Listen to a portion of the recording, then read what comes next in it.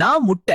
என்னுள்ள இருக்கும் iodine, selenium, protein உங்க உடம்புல ஹார்மோன் உருவாக உதவும். தைராய்டு சுரப்பி சரியா வேலை செய்ய நான் நல்ல சப்போர்ட் கொடுப்பேன். அதனால் தினமும் ஒரு முட்டை சாப்பிடுறது உங்க தைராய்டு ஹெல்த்துக்கு நல்லது. நான் மீன்.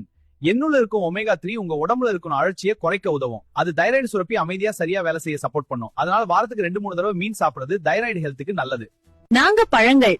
எங்கள்ல இருக்கும் விட்டமின்ஸ் மற்றும் ஆன்டி ஆக்சிடென்ட்ஸ் உடம்புல அழற்சியை குறைத்து தைராய்டு சுரப்பி சரியா வேலை செய்ய உதவும். அதனால தினமும் பழம் சாப்பிடுங்க.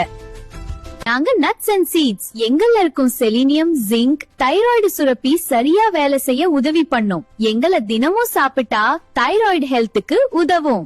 நான் சோயா. அளவுக்கு அதிகமா சாப்பிட்டா தைராய்டு மருந்து உடம்புல சரியா வேலை செய்யாம தடுப்பேன்.